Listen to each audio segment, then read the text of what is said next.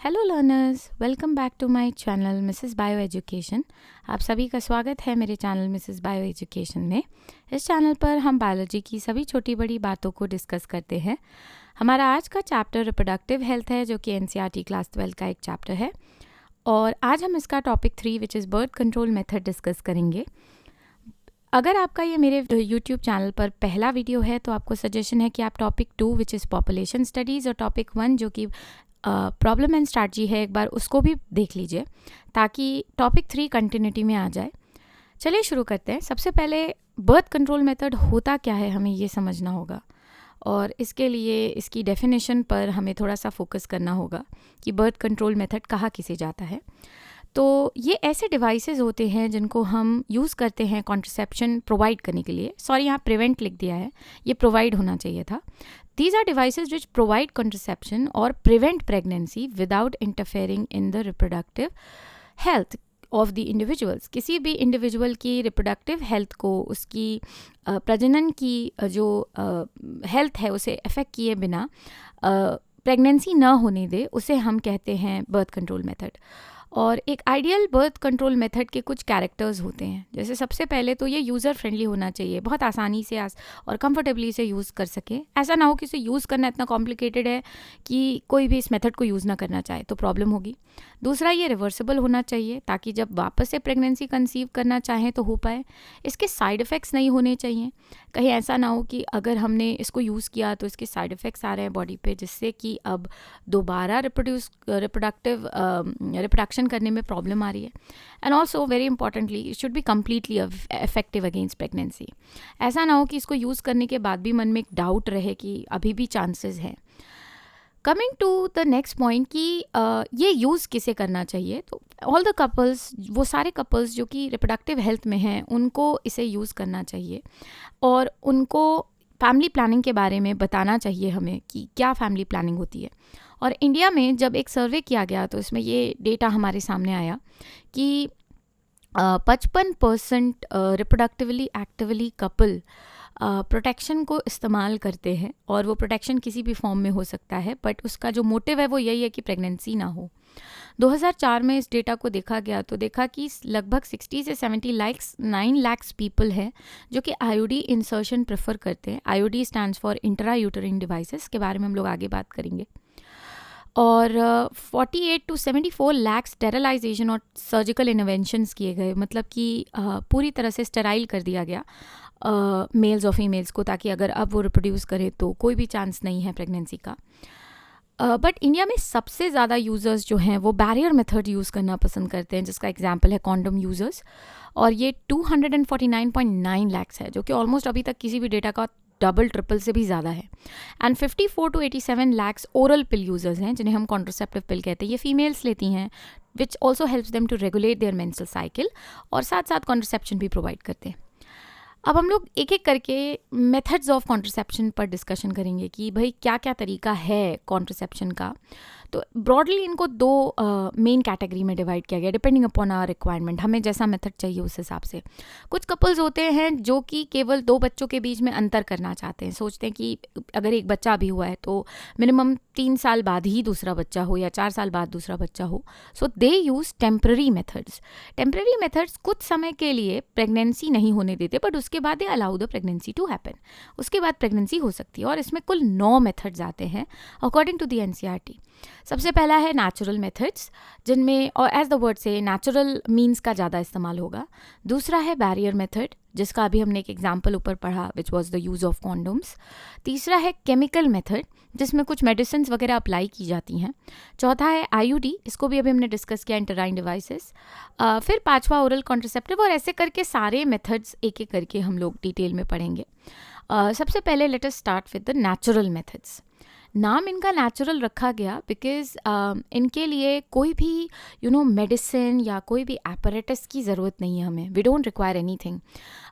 हमें सिर्फ अपने रिप्रोडक्टिव साइकिल की और रिप्रोडक्टिव सिस्टम की नॉलेज होनी चाहिए, और उसका इस्तेमाल करके आराम से कॉन्ट्रासेप्शन गेन किया जा सकता है, प्रेगनेंसी अवॉइड की जा सकती है।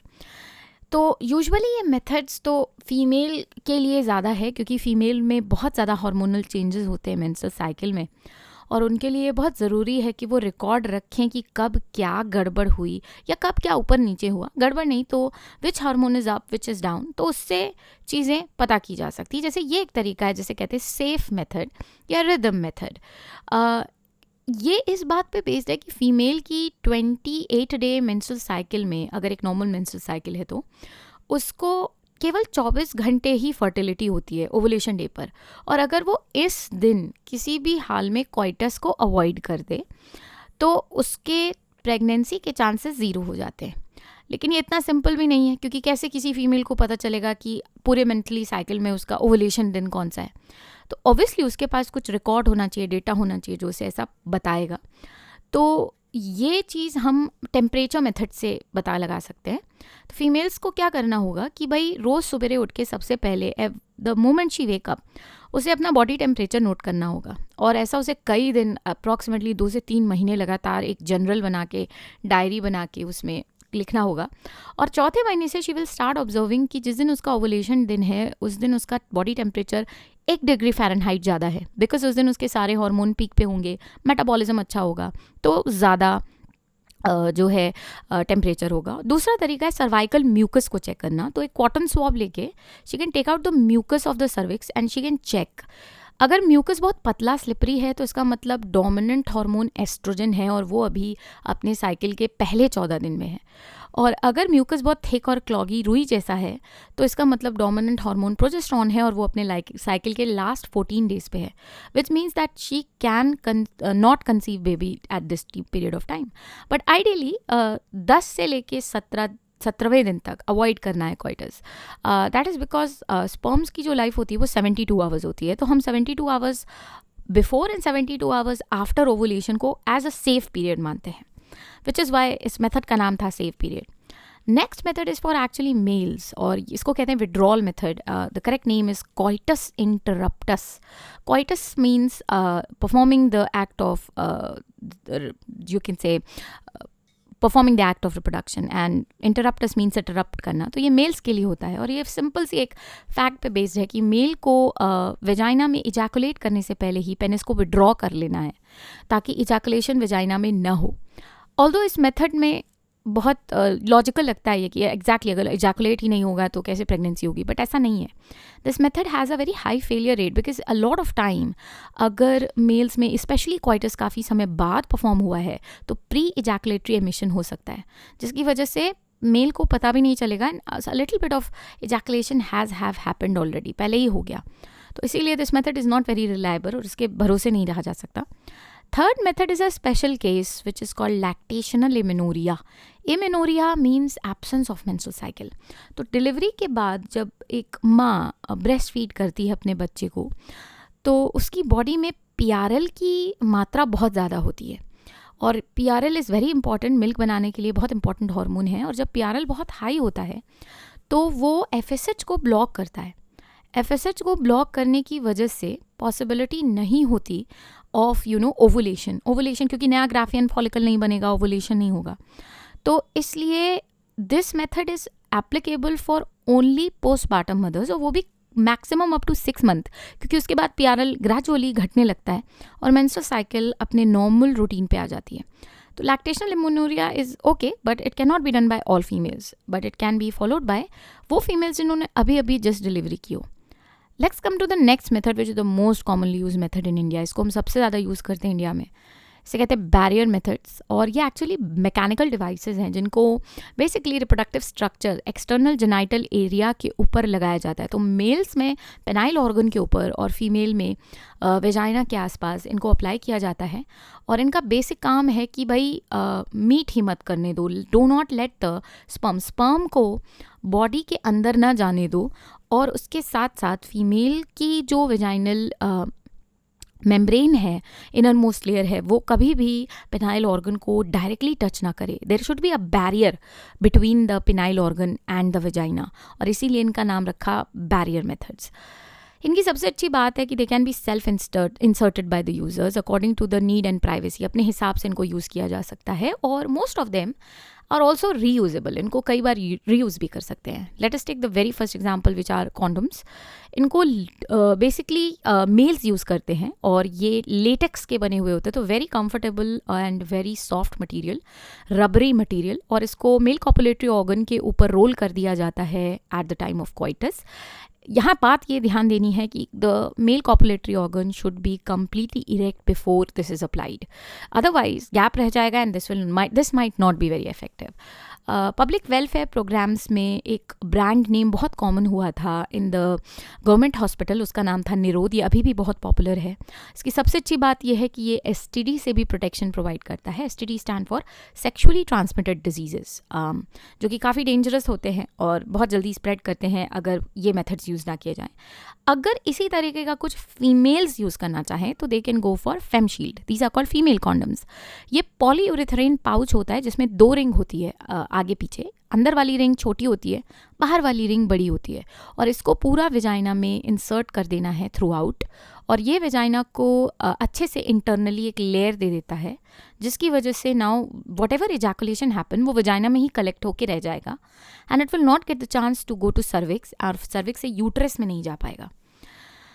अनदर वेरी इम्पॉर्टेंट एक और ऐसा ही बैरियर मेथड है जो कि बहुत कॉमन नहीं है, और इसका कारण है कि इसको यूज़ करना थोड़ा सा इट टेक यूज टू होना, मतलब इसको यूज़ करने के लिए थोड़ा यूज टू होना पड़ेगा, आदत डालनी पड़ेगी, और इसे कहा जाता है डायफ्राम। तो एक छोटा सा कप जैसा, रबर का कप जैसा एक स्ट्रक्चर है डोम शेप, जिसे इंसर्ट किया जाता है इन टू द वेजाइना, और इस तरीके से इंसर्ट करना है कि सर्विक्स पे ढक्कन की तरह लग जाइए, और ये क्या करेगा कि जो भी इजैकुलेशन होगा सर्विक्स पे ढक्कन की तरह लगे होने से ये सर्विक्स को में उस इजैकुलेशन को एंट्री नहीं देगा, तो जो भी इजैकुलेट है वो वेजाइना में ही रह जाएगा, and as a result there will be no chance of pregnancy. Similarly इससे थोड़ा सा छोटा आता है सर्वाइकल कैप्स, और इसका नाम ही सर्वाइकल कैप है बिकॉज इसको सक्शन से आसानी से इंसर्ट कर देना है ऑन द सर्विक्स, और सेम काम, entry of sperms to the uterus को ब्लॉक करेगा क्योंकि सर्विक्स बंद है, सर्विक्स पे कैप लगा हुआ है। अगर इस कैप को और छोटा कर दे तो इनको वॉल्ट कैप कहते हैं, और ये यूज़ करने में थोड़े ट्रिकी होते हैं बिकॉज छोटे हैं, तो इनको होल्ड करके प्रॉपरली इंसर्ट करना थोड़ा सा प्रैक्टिस की ज़रूरत होती है इसमें, और इनका जो प्लेसमेंट है अंदर वेजाइना में होगा, तीनों का ही, डायफ्राम, सर्वाइकल कैप्स और वॉल्ट कैप्स। ये वेजाइना के अंदर सर्विक्स पे ढक्कन की तरह लगाए जाते हैं, मतलब इनमें ट्रिक है, इनको यूज़ करने के लिए थोड़ा पहले समझना पड़ेगा इनका एप्लीकेशन। इन तीनों मेथड में एक चीज़ जो कॉमन है वो ये है कि क्योंकि ये सिर्फ सर्विक्स को टारगेट करता है, ये एसटीडीज से प्रोटेक्शन नहीं प्रोवाइड करते, तो इसीलिए ये बहुत अच्छे होते हैं मोनोगैमस कपल्स के लिए जिनका एक ही सेक्सुअल पार्टनर होगा।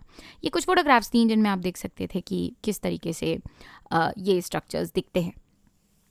केमिकल मेथड्स जो हैं वो कुछ केमिकल्स हैं, they are spermicidal chemicals. This is the third method we are talking about after barrier method and natural method, और ये मेथड पहले थोड़ा पॉपुलर हुआ करता था, but this is one of those method जिसके बहुत ज़्यादा साइड इफ़ेक्ट्स हुए, क्योंकि इसमें ना हम कुछ केमिकल लगाते हैं on the external genital area, तो पेनाइल ऑर्गन पर लगाएंगे, वेजाइना पर लगाएंगे। मोस्ट ऑफ दीज केमिकल में से मैक्सिमम केमिकल्स को हमें कोइटस से पहले लगाना होता था, और इन केमिकल्स में होता क्या है, let's take a look at that. इसमें एसिड बहुत होता है, तो lactic acid, boric acid, citric acid, zinc sulphate, potassium permanganate, ये सारी चीज़ें मिल करके एसिडिटी क्रिएट कर देती हैं जो कि स्पर्म के लिए घातक है, और इनको बिफोर कोइटस लगाना पड़ेगा, तो दिस बिकम्स क्वाइट मेसी, थोड़ा सा मेसी हो जाता है ये, एंड बहुत सारे फॉर्म्स में अवेलेबल है।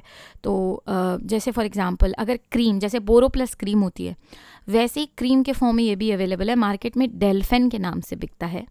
अगर हम जेलीज देखें, जेली लाइक, तो परसेप्टिन या वोलपार पेस्ट के नाम से मार्केट में मिल जाएगा। फोम, जैसे शेविंग फोम होता है, फोम के फॉर्म्स में अगर देखें तो this can be in the form of aerosol foams, जो कि एक जैसे एक छोटा सा पंप आएगा, जैसे स्प्रे बॉटल होती है सेंट की, वैसे। क्लोरोमेंटी इज़ अनदर एग्जाम्पल, कॉर्न टैब इज़ अनदर एग्जाम्पल, और एक एग्जाम्पल है जिस पे स्पेशल मेंशन है, जैसे कहते हैं स्पॉन्ज। ये बिल्कुल अपने नाम की तरह है। स्पॉन्ज क्या करता है, पानी सारा अब्जॉर्ब कर लेता है, अपने अंदर पानी रख सकता है। तो ये एक ऐसा स्पॉन्ज है जिसमें केमिकल है जिसका नाम है नोनोजाइनोल 9। केमिकल का नाम है नोनोजाइनोल 9 और ये एक स्पर्मीसाइडल कंपाउंड है। ये स्पर्म को किल कर देता है, उनकी सेल मेम्ब्रेन को ख़राब कर देता है, जिसकी वजह से स्पर्म्स मर जाते हैं। और इसकी सबसे अच्छी बात है कि इसको क्वाइटस के बाद यूज़ करना है। तो जब इजैकुलेशन हो जाए उसके बाद इस स्पॉन्ज को थोड़ा सा गीला कर लेना है पानी से और उसके बाद इसको वेजाइना में इंसर्ट करके छोड़ देना है। तो 2 से 2.5 घंटे में ये सारा का सारा इजैकुलेट अब्जॉर्ब कर लेगा, सीमेन भी अब्जॉर्ब कर लेगा, and as a result of which what will happen कि कुछ भी बचेगा नहीं ऊपर यूट्रस में जाने के लिए। तो ये जो 3 मेथड्स हैं, क्रीम, जेलीज और फोम्स, इनको एक्टोपिकली ऊपर लगाना होता है वेजाइना पे, पूरे वल्वा एरिया पे, और इसकी वजह से इनके मेजर साइड इफ़ेक्ट्स होते हैं जैसे रैशेस, इचिंग, बर्निंग सेंसेशन, और इसीलिए इसको हम लोग बहुत कॉमनली यूज़ नहीं करते हैं। ये हैं कुछ कॉमन सब केमिकल मेथड्स। आप देख सकते हो डेल्फिन क्रीम रखी हुई है बगल में, टुडे स्पॉन्ज भी रखा हुआ है, और उसके साथ साथ हमारे पास और भी ऑप्शंस हैं जो हम ऊपर लगा सकते हैं on to the external area. ये हार्मोन नहीं होते, ये केमिकल्स हैं, बट येस इनके साइड इफ़ेक्ट्स होते हैं। तो ये था हमारा 3 मेथड्स। आगे के जो भी मेथड्स हैं वो आगे के पार्ट में हम कंक्लूड करेंगे, which would be my next video जिसका नाम है बर्थ कंट्रोल मेथड पार्ट 2। और आई होप आपको ये वीडियो अच्छा लगा हो। अगर आपको ये वीडियो अच्छा लगा हो तो please like the video, subscribe to my channel and press the bell icon ताकि आपको नोटिफिकेशन मिल जाए। Thank you.